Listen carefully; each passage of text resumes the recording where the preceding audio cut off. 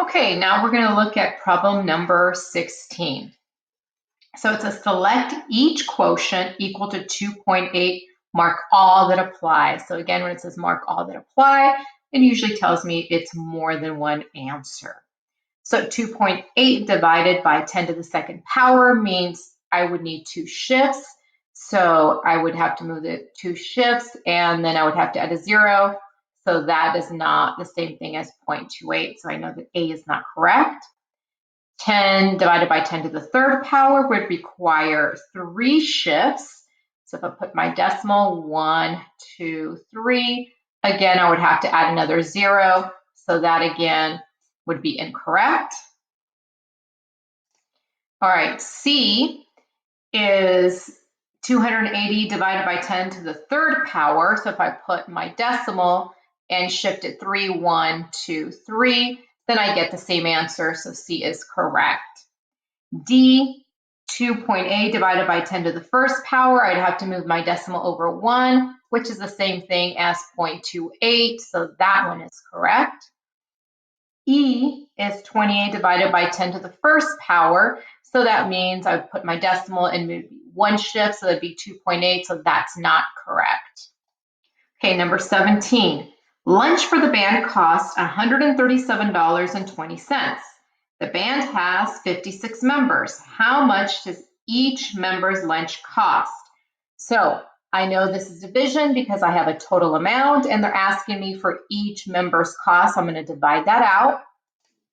Okay, now that I've written it up, the first thing I'm going to do is bring my decimal up, and I'm going to say 56 goes into 137 how many times? It goes in 2 times, which gives me 112. 137 minus 112 gives me 25. 25 is less than 56, so I can continue. That goes in 4 times. 56 times 4 is 224. Oops, I forgot to tell you I brought down my 2, which gives me now 224. I'm going to subtract 252 from 224, and it gives me 28. Is 28 less than 56? Yes, so now I can bring down my 0, and 56 goes into 285 times. And if I multiply 56 times 5, I'm going to get 280. 280 minus 280 is 0. So my answer is $2.45. All right, number 18. Marco got a quotient of 70 when he divided 49 by 7/100. What's the correct answer for this problem? All right, so I need to shift my decimal over 2 places.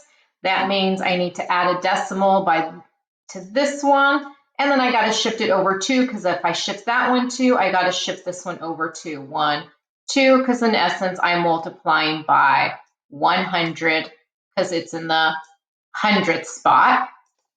So now I have 7 goes into 49 7 times, which gives me 49. Now I have 2 more zeros up here, so I got to add 2 zeros because 7 goes into 0 0 times. 7 goes into 0 7 times, so my correct answer should be 700.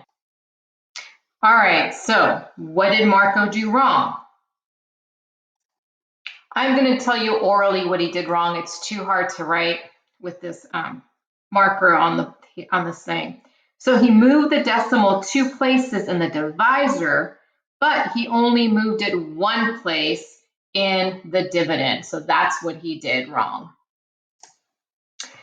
All right, for number 19, there's simply no getting around it. You have to do all of the divisions in order to do this. So I'm going to take it step by step, and I'm going to start with A. I'm going to rewrite it. And I'm going to think to myself, this is very close to 30. It goes in 3 times, which gives me 81. 84 take away 81 is 3. 3 is less than 27. I can bring down my 5. It goes in 1 time. So 27 times 1 is 27. 35 take away 27 is 8. So it's 31 remainder 8. I look over